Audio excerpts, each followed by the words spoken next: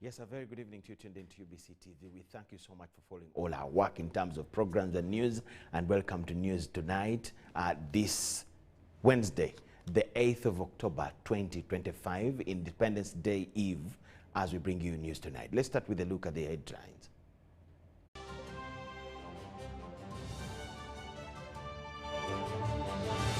Brought to you by Uniquely Ours. Explore Uganda.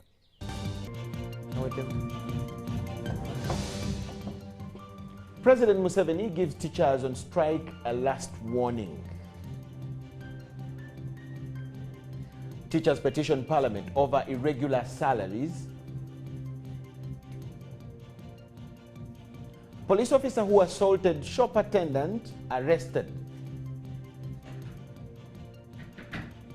While 3 have been convicted over stealing government drugs. Brought to you by Uniquely Ours. Explore Uganda.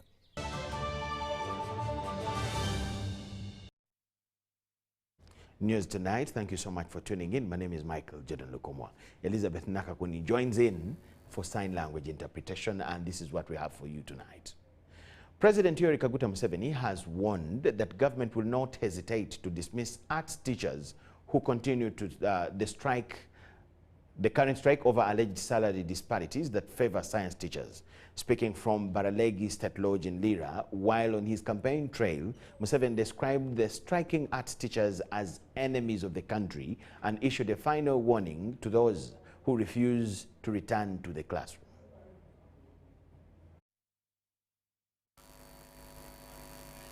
Addressing Langos of region through a joint radio talk show last night from Baralegi State Lodge in Lira district, President Museveni maintains that the country as of now needs to prioritize experts over historians. I get a low salary myself. I'm not bothered with salary. I am here. I was fighting for no money from 1971. Now the members of parliament increased their salary wrongly, in my opinion. They made a mistake, but we didn't approve it. We didn't support it. We didn't want to cause a crisis, but I didn't agree with it. And that's why I refused a pay rise. I refused. They pay me 3.6 million, which they started paying in 1996. Before that, I was getting 150,000. They wanted to raise the salary because the salary of Kenya, please, I'm not Kenya, I am Uganda.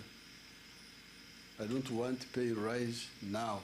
It is really betrayal to find people fighting for salaries. To plaster his case, Museveni uses Soroti Flying School as a case study where poor remuneration for professionals had stunted its operations. That school was about to close. They didn't have enough money. So they said the director must get more money.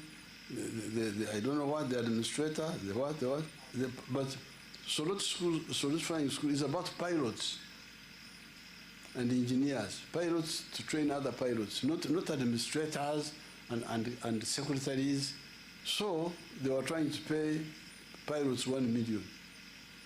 In the airlines, a pilot is getting 25 million. So the pilots walked away. So we had bought planes for training, but there were no pilots. They walked away. So if we don't have enough to pay everybody well, let's pay the pilots well.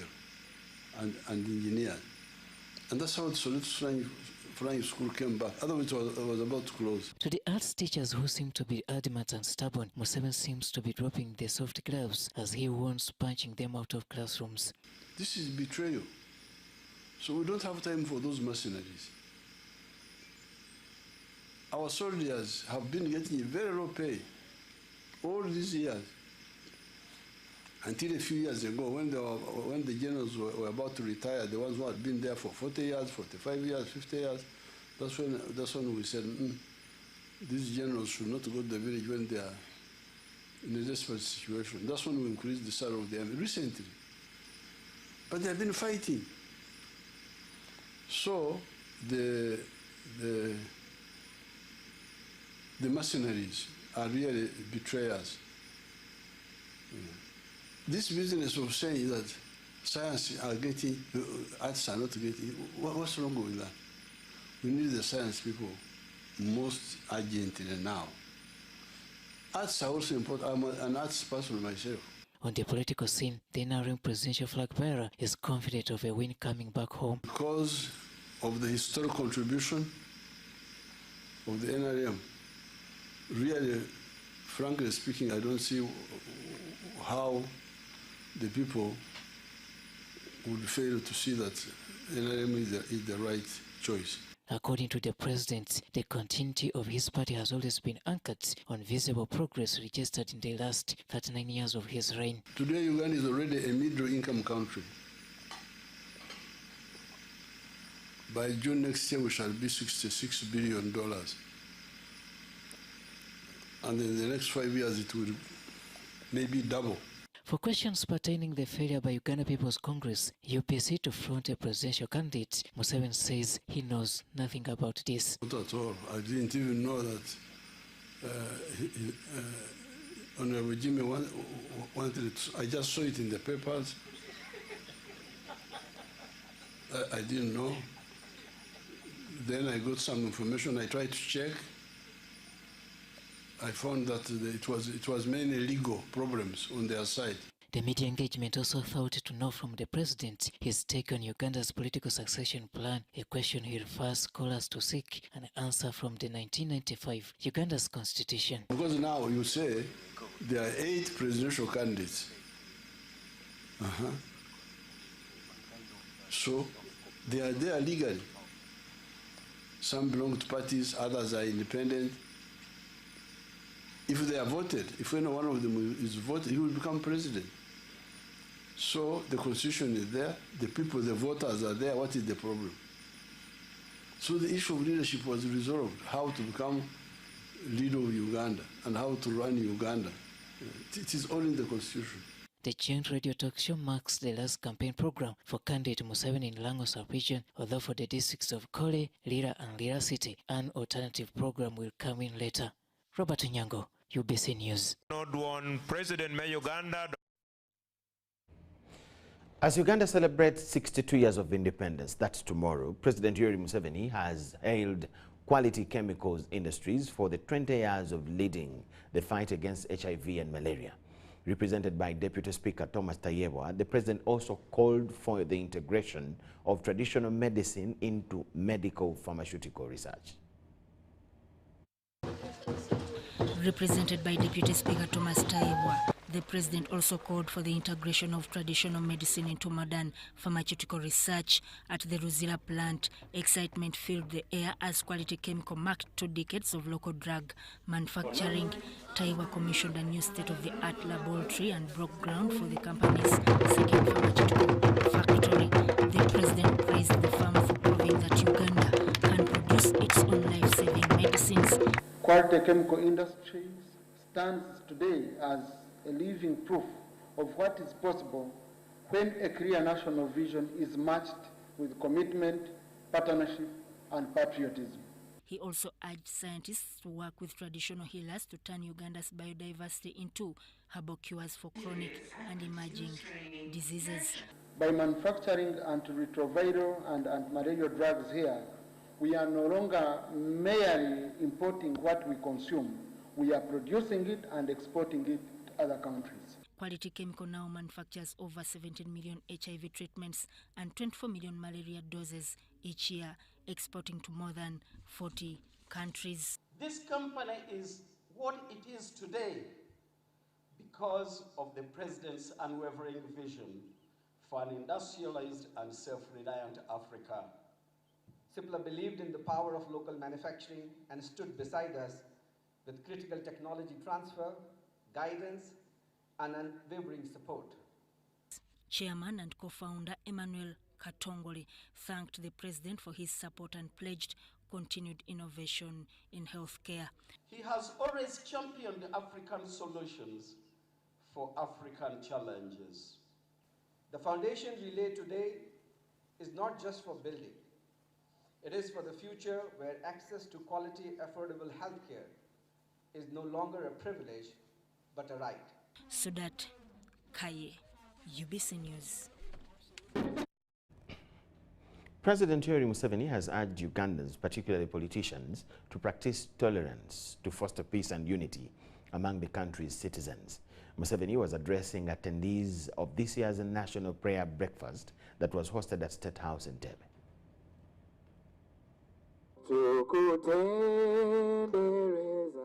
It is 27 years since Uganda started the National Prayer Breakfast, a platform that brings together senior government officials, the clergy and other stakeholders to pray for the country, its economy, families, and most importantly, thank God for his protection, guidance, and providence.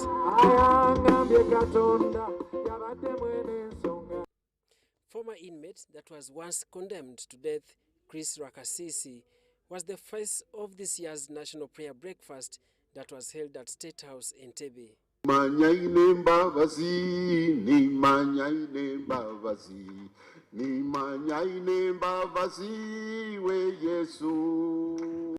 his 24-year life in prison, Rakasisi praised President Museveni for being a rare gem with a big heart and ability to work with his enemies.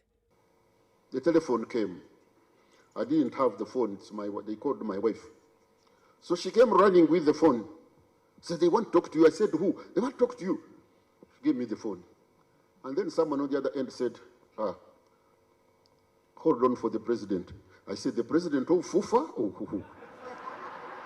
Rakasisi's testimonies resonated with the day's sermon that was delivered by Bishop J.B. Masinde of Deliverance Church Umoja of Kenya. As you speak, they can stymie the destiny of your nation and of your country. Even in your campaign trail, can you learn to speak positive words about your nation? Africa is not cursed. Uganda is not cursed. The African is not cursed. No, we are in God's economic plan, and we can rise up, Your Excellency, and move on as a people, and the destiny of Uganda is in our mouths. Addressing the congregation, President Yoweri Museveni first lauded Parliament for sustaining the National Prayer Breakfast culture. So I'm glad that you have sustained it, and you should not forget that genesis. That was the whole idea. I don't know whether they still have it in the US. Commenting on Rakasisi's testimonies, President Museveni categorically stated that it was the work of God that led him to pardon his former enemy. I went there and prayed.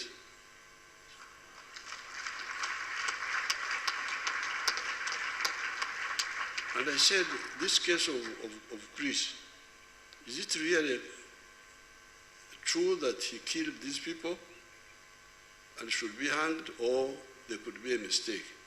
Now somehow, a voice, I don't know what you call it.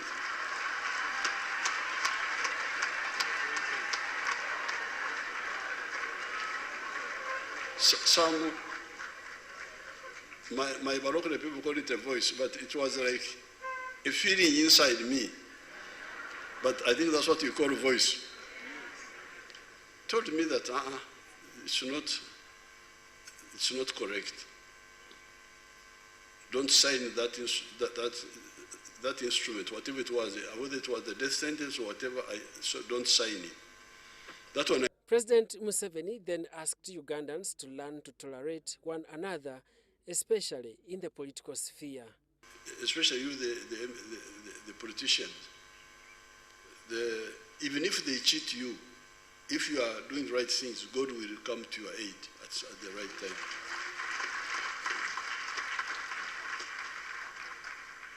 And you don't have to be bitter, because even after the elections, we could have negotiated with the UPC. That's why I met Mwanga in Kororo with Peter Otai, and again I met him here. He had a house here somewhere near Victoria Hotel. He had a house somewhere there. I met him there to this time, and I told him that if you want to avoid trouble, we should talk seriously. But they were not interested. To give the closing prayer was the First Lady and Minister for Education and Sports, Janet Kataha Museveni. May we as leaders lead by example and show that we can disagree politically but still remain united as Ugandans. The 27th National Prayer Breakfast was under the theme, The Power of Forgiveness and Reconciliation.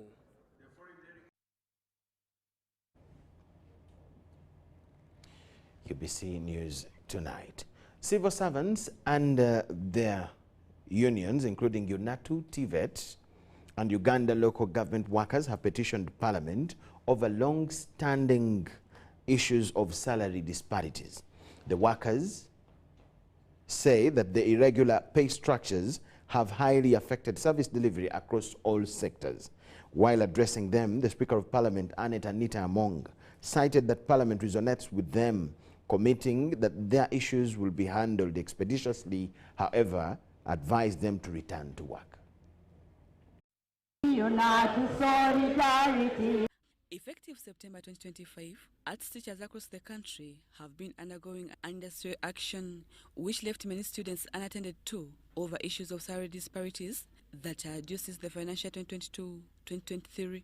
Recently, this action did leave out TVET institutions and local government workers who cite similar challenges. Following this, the workers under their unions have petitioned Parliament in regard to the same issues, appealing for an immediate action. The cost of continued inequity far outweighs the investment required for fair enhancement. Our appeal is guided by the urgent need to restore equity among teachers. The issue of administrative gaps. There are so many administrative which are clearly clarified under policy guideline and legal guideline, but when it comes to administrative implementation, they act different. The TVET workers also want public service to recognize some subjects, such as commerce and agriculture, as science programs to enable equal salary structures. We have secondary school teachers who were employed in TVET institutions some years back when there were few TVET trainers. So these secondary school teachers were told, because of the TVET Act 2025, they don't qualify to be in TVET institutions, that they should go back to secondary. They were told to fill forms and bring to Education Service Commission. That was from May last year. Up to now, nothing has happened about them. While receiving the petitions, the Speaker of Parliament, Anita Among, cited that Parliament concurs with their concerns, however advised them to be patient as solutions are being sought. Whatever we do here, we work together with the executive. So one thing I can assure you, even when I came to address you, the President knows that I'm addressing you and I'm receiving your petition, and it's going to be handled. She further advised them to reconsider their decision and call off the industrial strike. And as I've told you, we're in a budgeting cycle. We are going to ensure that we have the figures from the Ministry of Public Service, and those figures must be included in the budget framework paper. Following the closure of this meeting, petitioners highlighted that they are to engage with their members to devise a solution to the Speaker's quest. Rebecca Nantongo, Parliament. Uganda and Somalia have reaffirmed their commitment to consolidate gains made on the battlefield into economic and social cooperation. This was underscored with the signing of 3 key memoranda of understanding at the conclusion of the 2-day joint permanent commission held in Kampala. Presiding over the event, John Mulimba, the State Minister for Regional Affairs at the Foreign Affairs Ministry, noted that friendship between the two countries is rooted in shared sacrifices and mutual respect. The Uganda-Somalia Joint Permanent Commission ministerial session has featured the signing of the Memoranda of Understanding on Security, Immigration and Education. The MOUs were signed by the respective line ministers from both countries. Saying there is a free movement of labor, free movement of students, and we have agreed to treat all the East African community students the same way when it comes to fees. We have even communicated to the tertiary higher education institutions where many of the Somalis fall.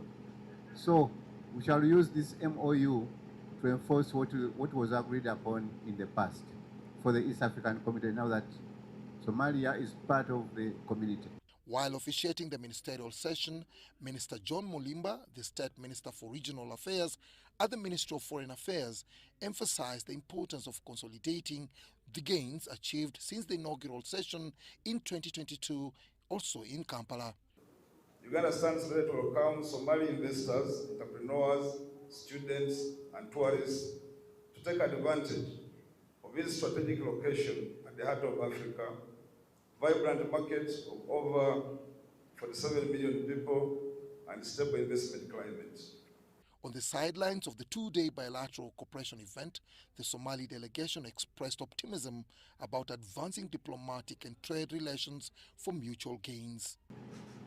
With the agreements that we had and with the subsequent agreements that we'll be having, it will be a great opportunity for the Ugandan companies and the business to work in Somalia, including the education. Many teachers are now working in Somalia, and on the other side, many students are now getting their education in Kenya. For Ugandan exporters to Somalia, I think the first incentive or the biggest motivator is that Somalia has now joined the EAC.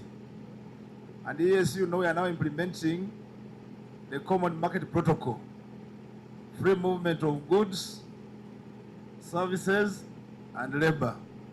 So that's the first incentive, very huge one. It comes along with a very huge demand in terms of market. Meanwhile, Uganda has flagged off its first consignment of ready-to-drink coffee to Mogadishu, a milestone aimed at expanding the market for Uganda's coffee in the Horn of Africa. His Excellency Hassan Sheikh and His Excellency Yoweri Kaguta Museveni, they have made the best conducive environment for both exporters from Uganda and those from Somalia to coexist and survive in either country.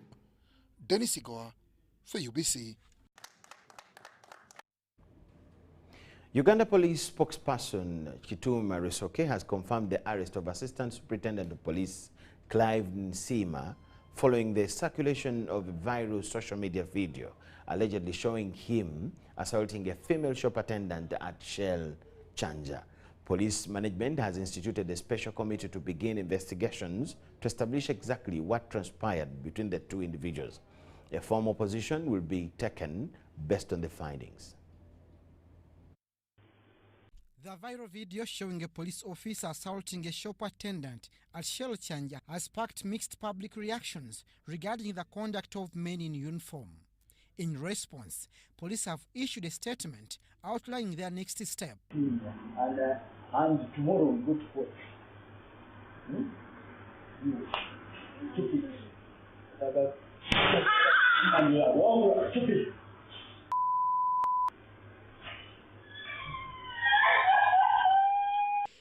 When we got wind of that occurrence, police swung into action. The officer was apprehended, and as we speak, he's in police custody. Investigations have already commenced, and we shall be taking him on in accordance with the nature of evidence we have at hand. The officer in the video has been identified as ASP Clive Nsima, attached to the Counterterrorism Department under the Oil and Gas Unit. He has since been arrested and is pending further case management. We are trying as much as possible to arraign him and have him answer for the allegations put forward soonest. It could be today, it could be tomorrow, but we shall make sure that as soon as the investigations are complete, the officer will face the charges. Police have reached out to the victim and other witnesses to support the ongoing investigations, particularly to establish the events leading up to the alleged provocation. A police officer is a person whom the public holds in high esteem because he's a custodian of the law. So he cannot be seen to be the one flouting the same laws, and especially with impunity. ASP Nsima's actions undermine the police's community policing efforts and violate the core principle of professionalism.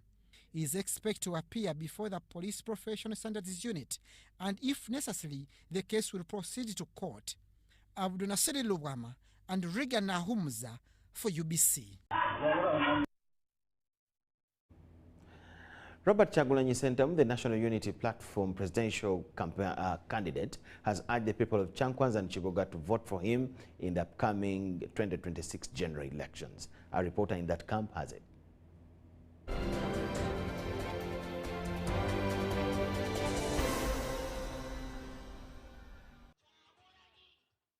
Earlier, while heading to Kyankwanzi and Kiboga, Robert Kyagulanyi Ssentamu visited Mubende district, particularly Madudu, where he pledged to provide better roads and extend electricity to rural communities.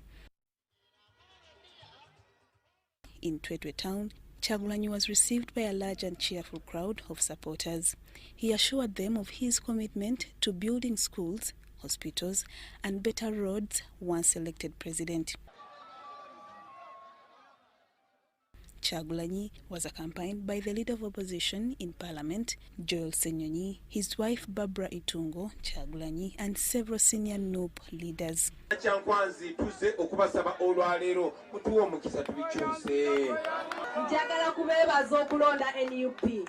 Barbara Kyagulanyi appealed to the people of Kyankwanzi to support her husband, saying he is determined to serve Ugandans diligently and improve their welfare.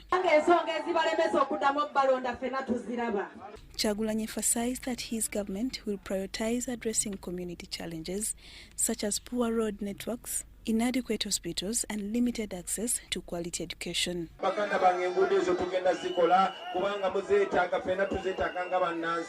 When local leaders raised concerns about land grabbing in Kyankwanzi, Kyagulanyi pledged to address the issue once elected president. After concluding his rally in Kyankwanzi, Kyagulanyi proceeded to Kiboga, where he also met large crowds and continued to rally support for his presidential bid.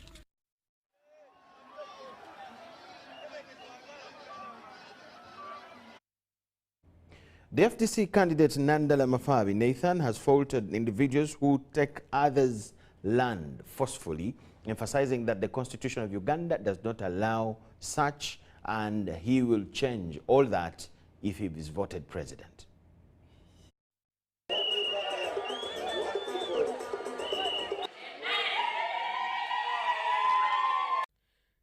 The FDC presidential candidate Nathan Nandala Mafabi started his campaign program on Wednesday by first opening the party office in Hoima district.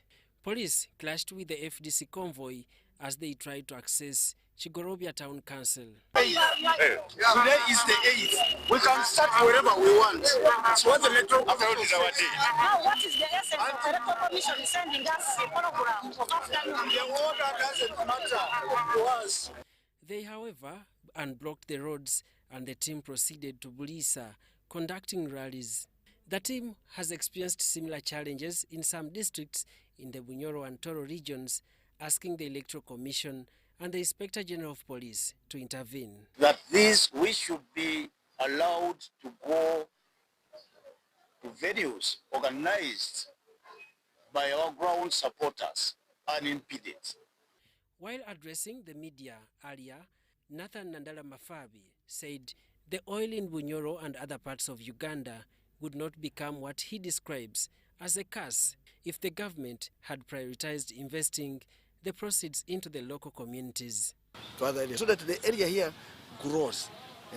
And of course, we should even invest more. There will be more business here, in the sense that there will be people working in the oil refineries, you need accommodation. The FDC presidential candidate condemned land grabbing in Bunyoro sub-region. And the compensation, there are areas where government, let me give an example, where government took your assets forcefully or made you lose, the government will have to compensate. So of course, like one of them, these cooperatives, which lost their assets during the war. Mafabi revealed that the FDC has not received any government funding to support their campaign activities, but is managing through fundraising efforts within its members. Thank those who are trying to support the team, as we are going. And if anybody has the resources, we could also ask if can they give us. The performance of the FDC party in the Bunyoro and Toro regions during the 2021 elections was poor. However, FDC presidential candidate is optimistic that this will improve, based on his manifesto.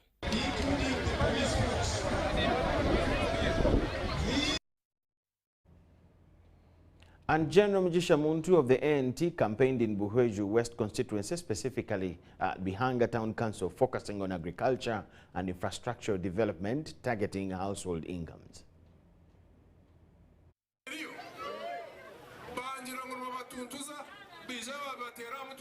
Agriculture plays a vital role in Buheju district, and efforts to improve farming practices, increase productivity, and enhance market access could have a positive impact on the lives of residents. Celebrate 63 years of independence, and you can see a place like Buheju that is fertile, that has got good weather. They grow tea, they grow coffee, they have got gold.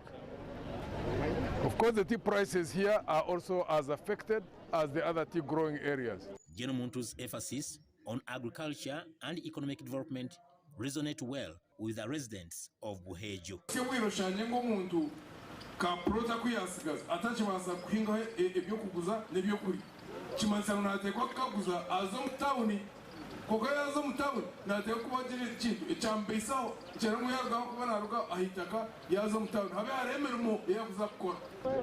Just because of one simple reason, that for some strange reason, the government has adamantly refused to establish a regulatory agency that would ensure that there is quality control in the growing and the picking of tea. He ensured access to clean water for all residents, addressing the perennial water shortages in Nyakshenyi and Bihanga Town Council. He said he will introduce cooperatives to support community savings and credit associations, promoting economic empowerment and community development. We can organize the artisanal miners and the owners of land to ensure that they have shareholding with the companies that would be involved in large-scale mining. Because the purpose would be people who would have such shares would literally be having like jobs, because they would be benefiting from those shares. General Muntu also promised to improve the poor road network, which hinders economic activity and access to essential services. The country develops in infrastructural terms that necessarily the country has developed in terms of the human beings. Not necessarily so.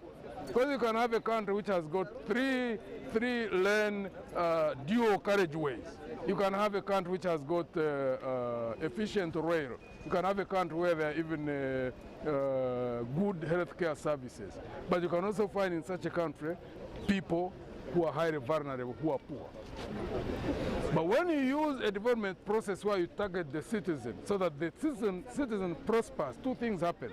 The country prospers, the citizen prospers. His campaign rallies have drawn large crowds, and his emphasis on integrity, accountability, and service delivery has struck in minds of many. General Muntu campaigned in Nyakiziba, Nyakishenyi, Kalembe, Kajani, Bihanga in Bihanga Town Council in Buheju West constituency.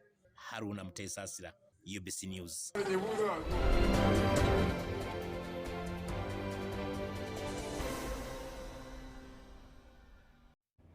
That is the feel in as far as presidential campaigns are concerned, and we continue to pledge giving you more throughout to the end. Let's take a short break. UBC News Tonight continues after.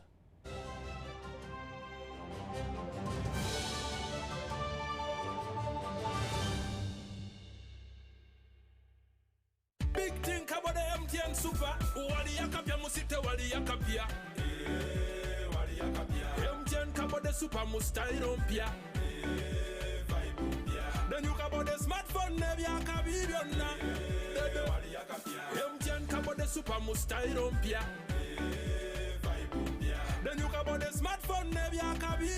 Get the new Kabode Super Smartphone and enjoy 16 GB free. Start with a deposit of only 45,000 Uganda shillings and pay the rest mpola in daily installments of less than 1K. You can also make weekly and monthly installments. Together, our vibes are unstoppable. Terms and conditions apply. MTN. MTN is regulated by Uganda Communications Commission. Every waking day is a reminder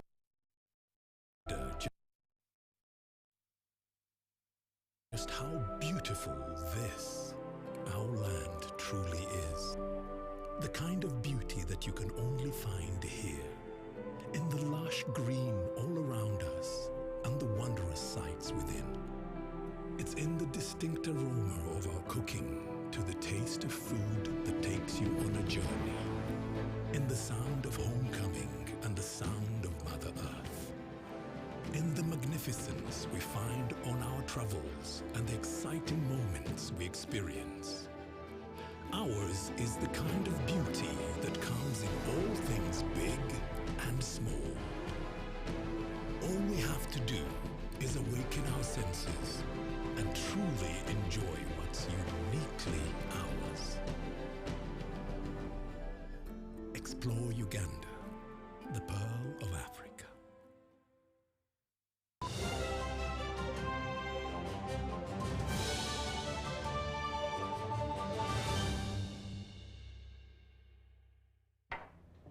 We thank you so much for watching and welcome back from the break. It's UBC News Tonight. The Chief Magistrate's Court at Machinde has convicted 3 individuals, Kibalia Ronald Nditusawa, Obema Stanley and Isanga Umaru Idi, of stealing government drugs. They were sentenced to 4 years in prison for possession of government stores, classified drugs and conspiracy to commit a misdemeanor.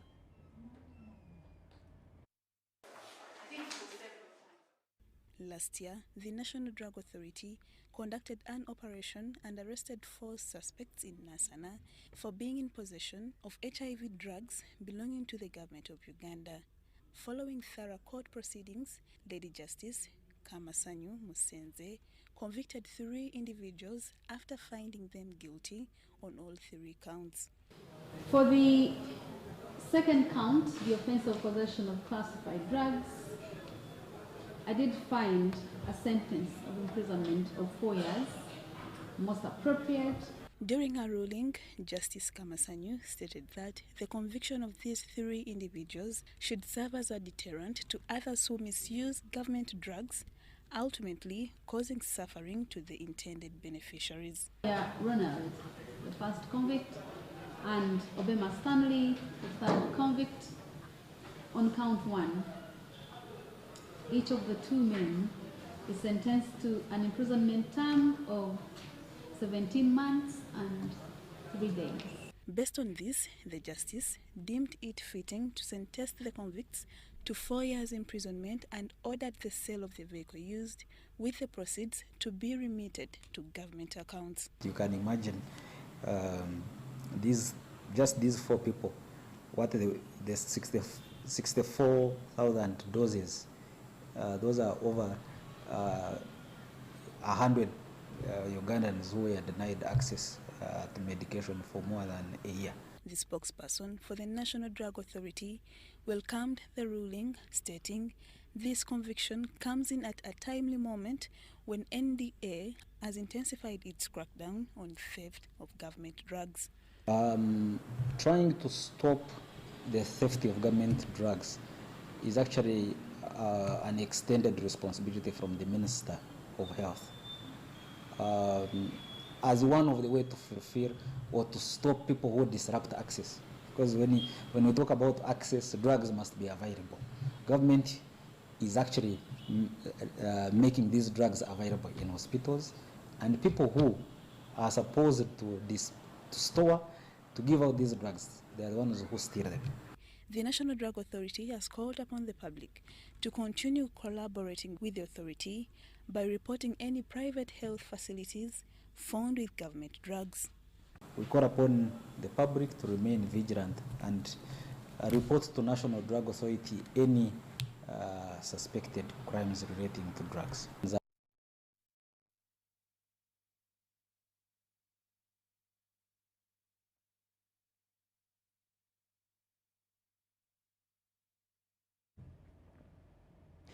Now, tonight in our special coverage on pre-Uganda independence political events, Timothy Bassi looks at the Berlin Conference of November 15, 1884, that saw Europeans turn their attention to violently conquer African societies and how soon started fighting each other over control and occupation of the territories in Africa, with present Uganda falling in the hands of the British colonial monarchy as its protectorate. The Berlin Colonial Conference imposed a structure, a state structure on different communities. So you find that Uganda is a community of communities. And the British did not do much even to create nationhood out of this one. So the Berlin Colonial Conference is partly responsible for the crisis of nationhood that we have in Uganda and Africa generally. So it is a legacy of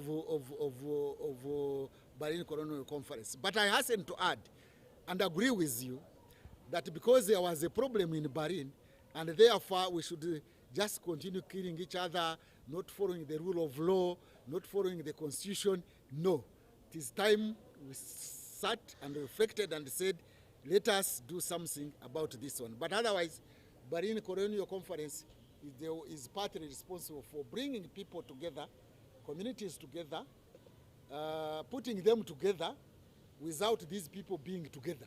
So we are in a state which I normally use a computer metaphor. We are in a hardware whose software is malfunctioning. So if you have to have a computer functioning, you must first have the hardware functioning as well as the software functioning. But the software, which to mean shared values, shared principles, shared ideals, shared aspirations, is lacking, and therefore the software is malfunctioning. But we can put it right if we are determined to do it. First, we have to stop greed, because each group that comes into power is greedy. Is greedy for power, is greedy for wealth. We must base our governance on principles, not base our governance on cronyism, on patronage, on selfishness, on nepotism, on tribalism, and all sorts of sectarianism. Without the Berlin Conference, we do not know the contours of how Africa would be.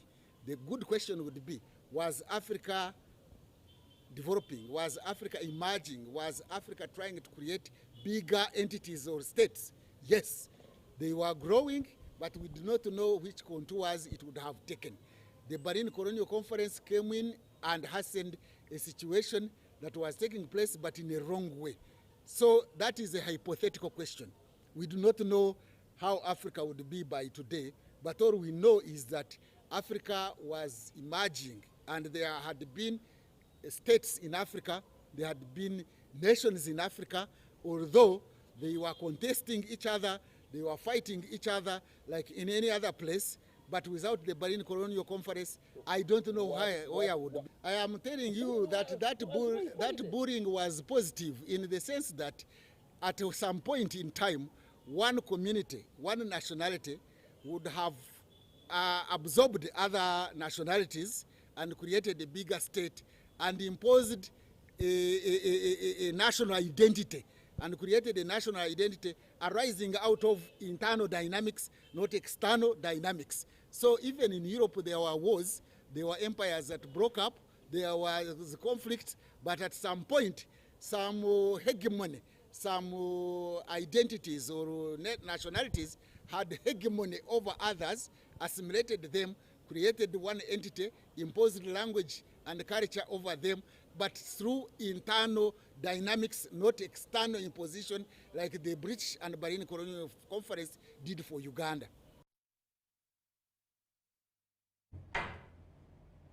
Yes, tomorrow Uganda will celebrate 63 years of independence from colonial rule.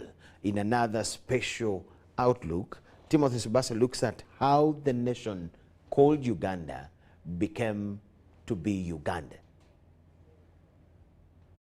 The original inhabitants of Uganda are historically not clear. This is because all current tribes that occupy Uganda are said to have migrated from somewhere. However, by the first time foreigners set foot on this land, present Uganda, there were over 30 ethnic tribes that were largely divided into three. The communities which came to form Uganda were in Uganda for more than 3,000 years before. Despite their origins and evolutions, between the 15th and the 17th century, Bunyoro Kingdom was the strongest in the region.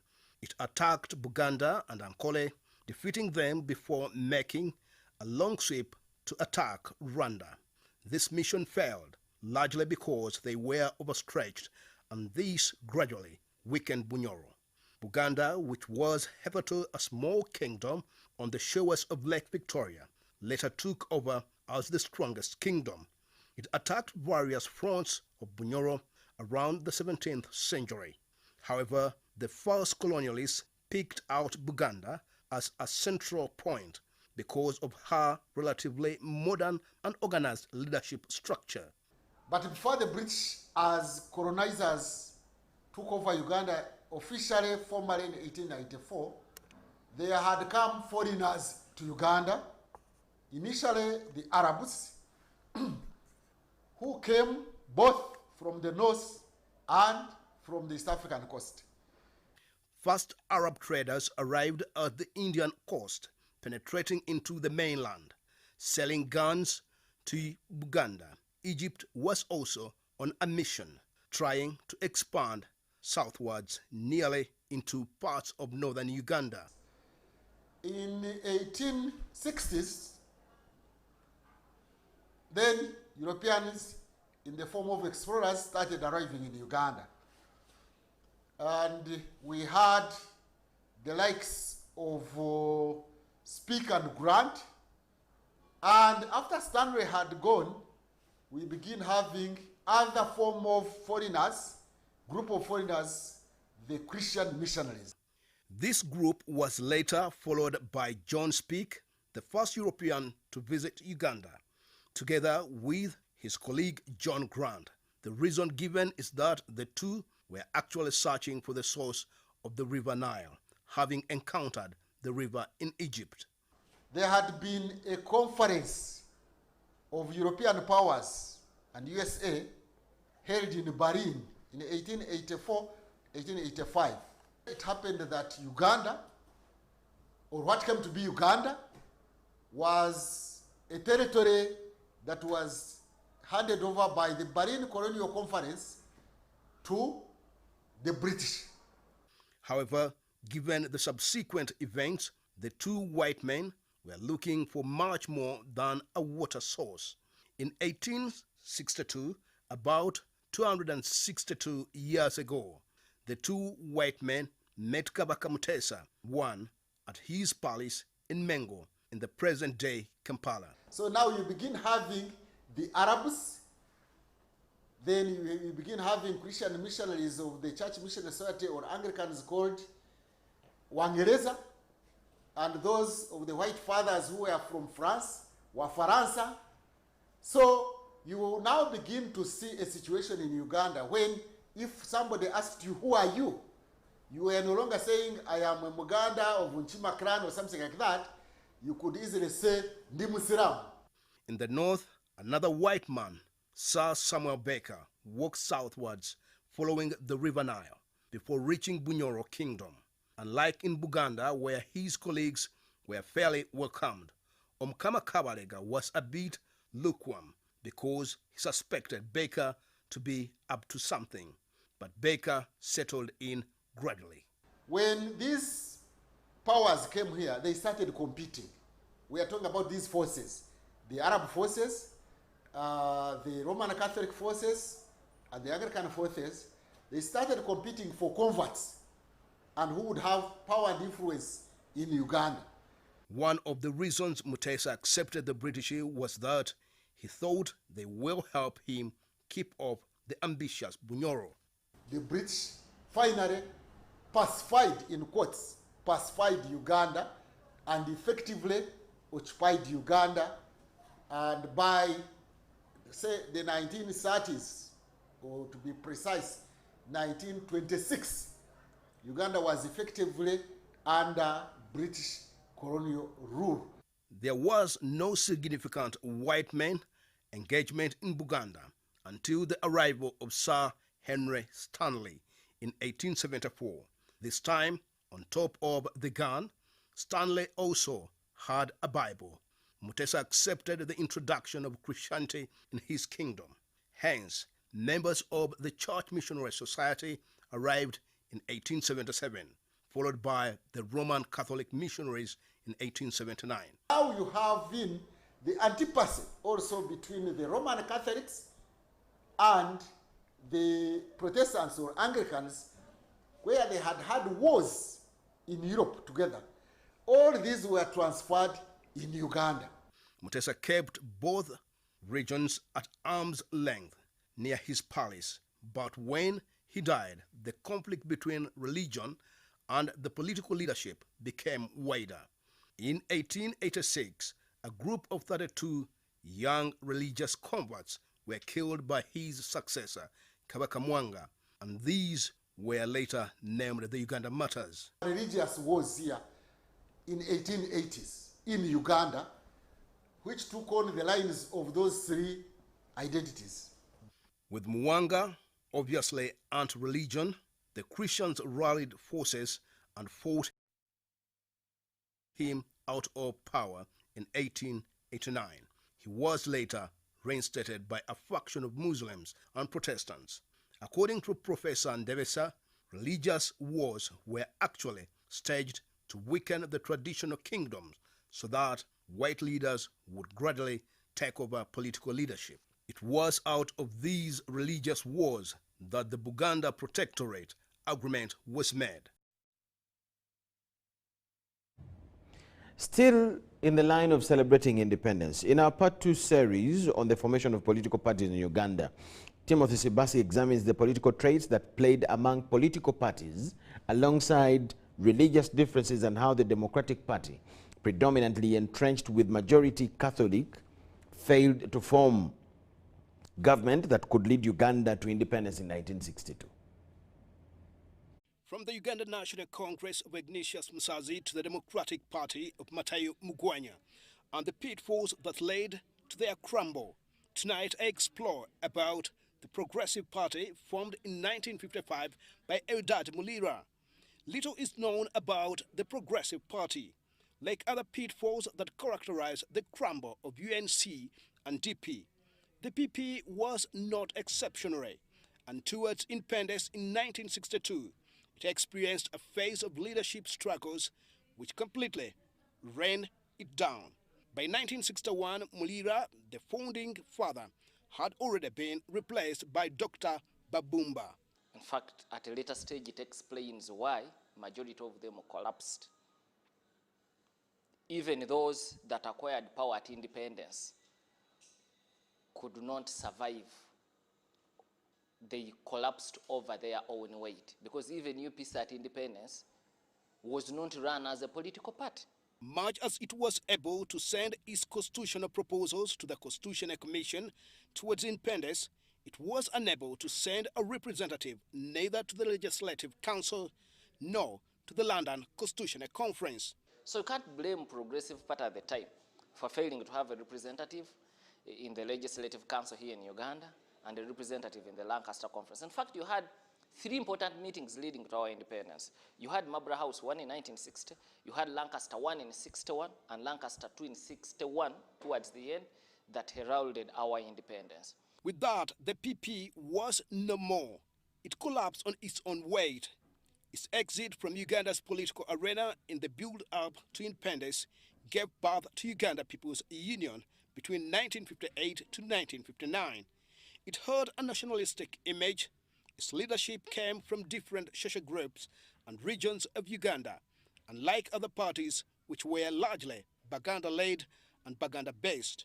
UNC, Uganda National Congress, Democratic Party, had battled the British for some time before joining those political parties, because they had participated in the politics from the 40s.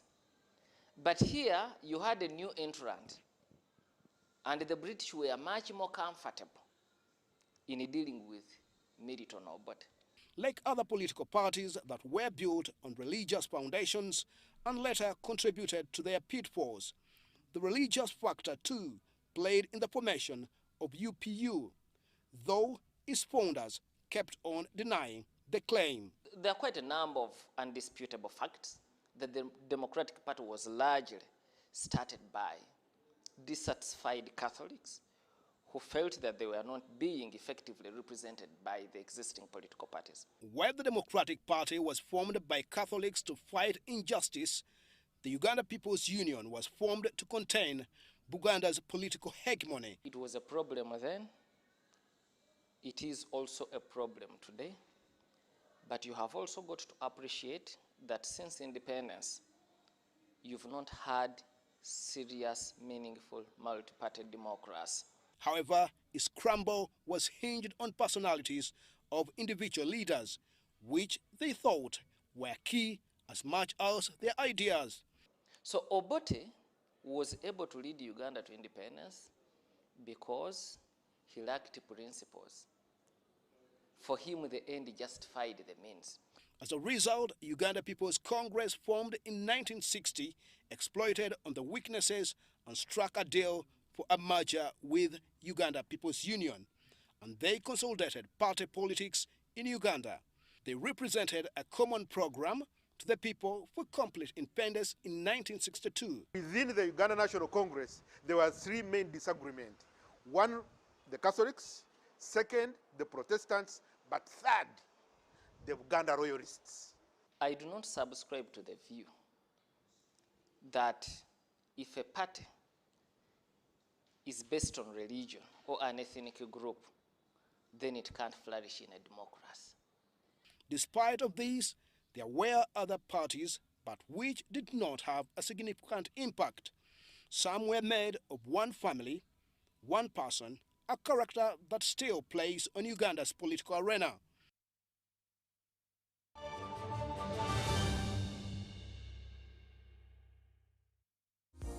Set transport to the wrong person. Here's how to reverse it with MTN Mobile Money. Dial *165#. Select My Account. Select Initiate Reversal. You will see your last 3 transactions. Select the transaction you want to reverse. Enter your mobile money PIN and you'll get an SMS confirmation that the transaction has been blocked from being withdrawn. And that's it. Please note, only transactions that haven't been withdrawn can be reversed.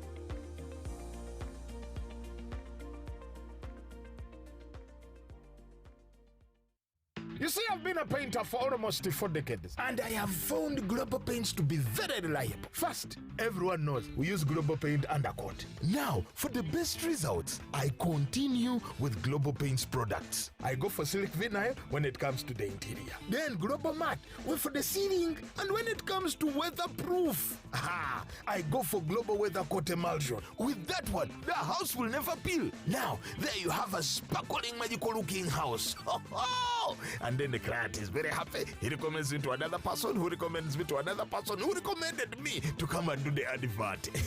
Global Paint, a reliable product.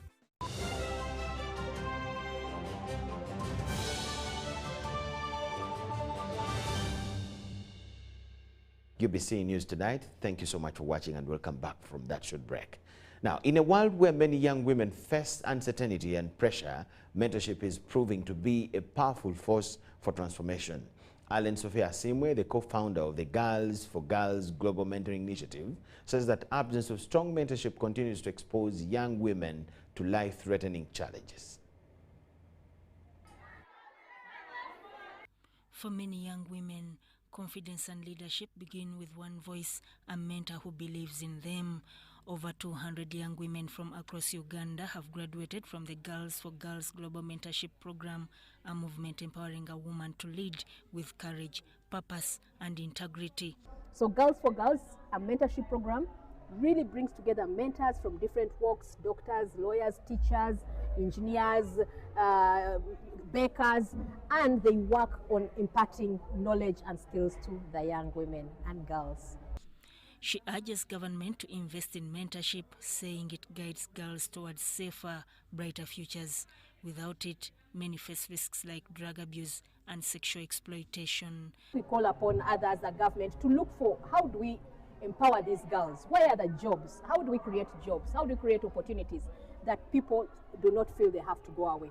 For us as Girls for Girls, we feel our role is through providing role models and whose stories and the appropriate skills can help girls to take the right choices. The graduates completed online leadership training covering communication, public service, and political participation, all aimed at building confidence and resilience. And they go through 6 modules. There's a module on building trust, how can they trust themselves and others to drive big change. There's a module on courageous leadership, leadership that doesn't require a title. These things of to serve a government, no. What can you do to change your community, to change your life? Senior mentor Subuga Florence, Managing Director of Berkeley Energy Uganda, urged the girls to embrace teamwork and networking as keys to success because collaboration opens doors and strengthens leadership. We want to encourage the girls who are graduating to be able to pay it forward. How we impact people is what we'll be remembered for. So wherever we go, we'll find that girl and they will reach out to you and remind you what impact you had on them. I want to urge the girls who have graduated today, they should not keep the information that they got to themselves. They need to join the Girls for Girls program as mentors, get trained so that they can share the information that they have. As Uganda works to bridge gender gaps, initiatives like Girls for Girls are proving that mentorship empowers women to rise, lead, and create lasting change in their communities.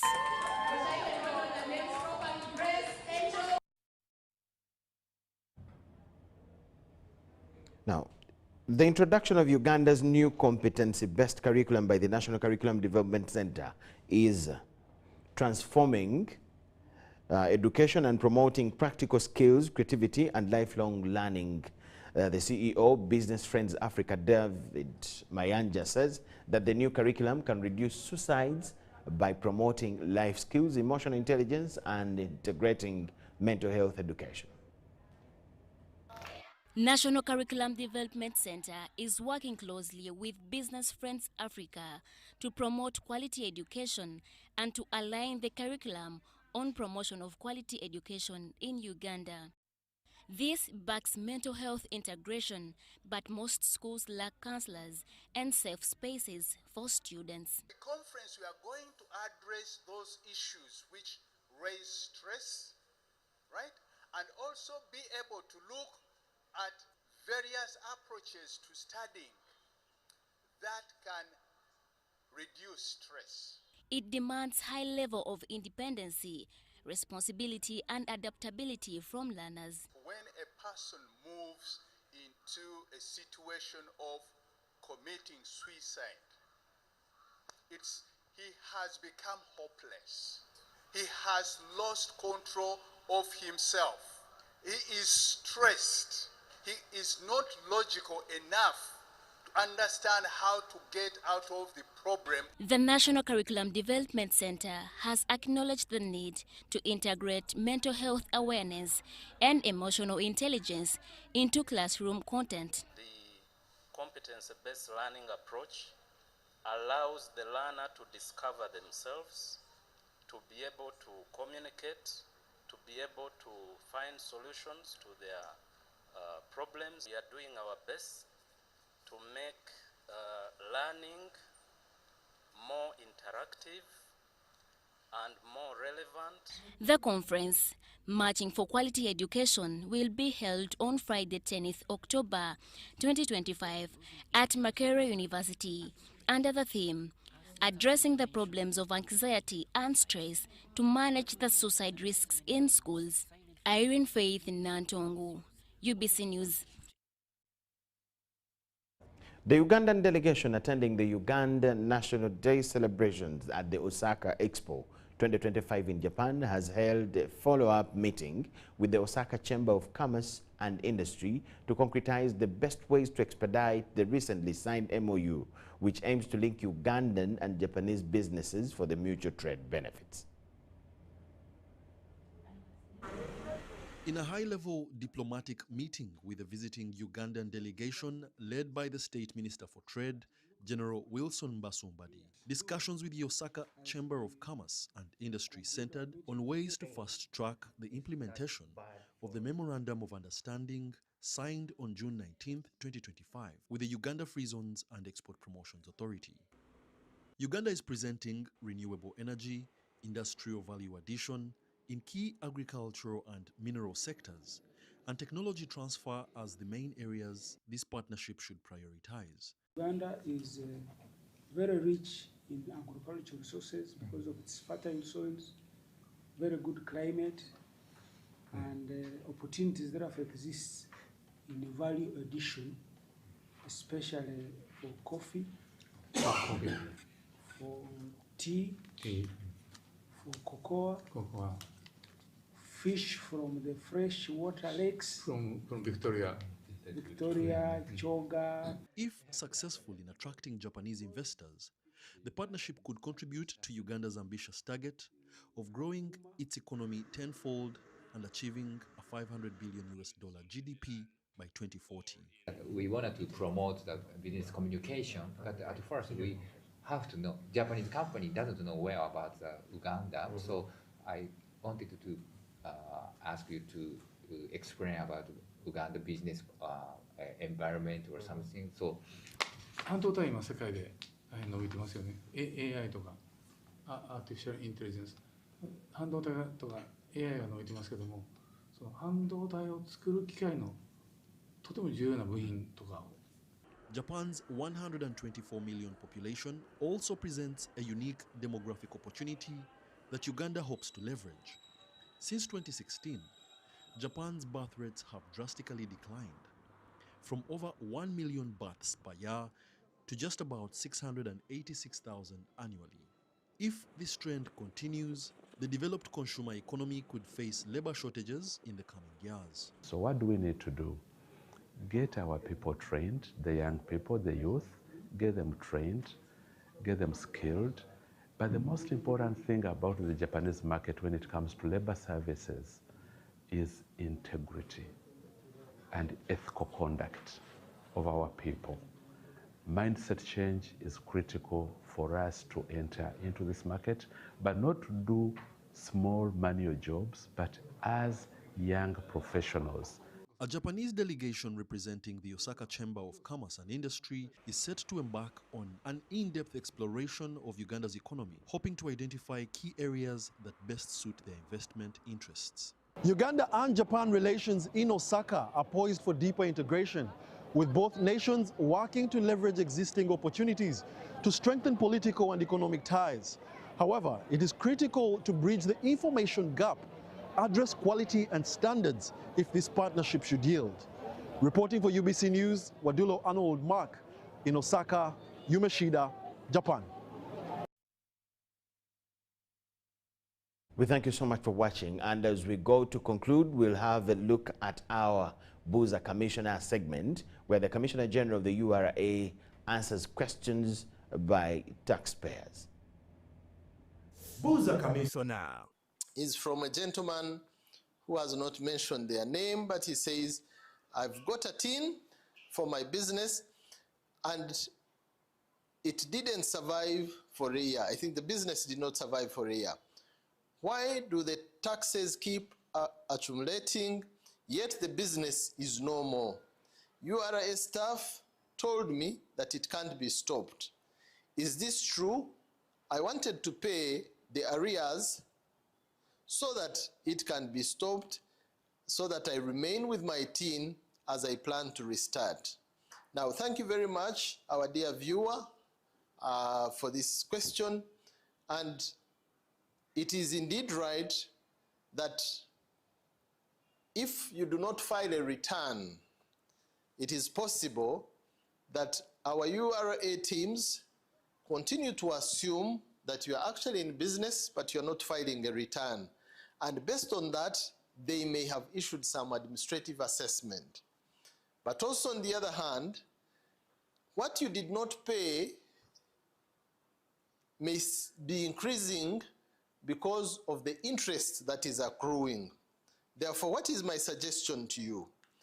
If you want to have a tin, but you are not making any income from your business, you should take on the obligation to continue filing your nil return.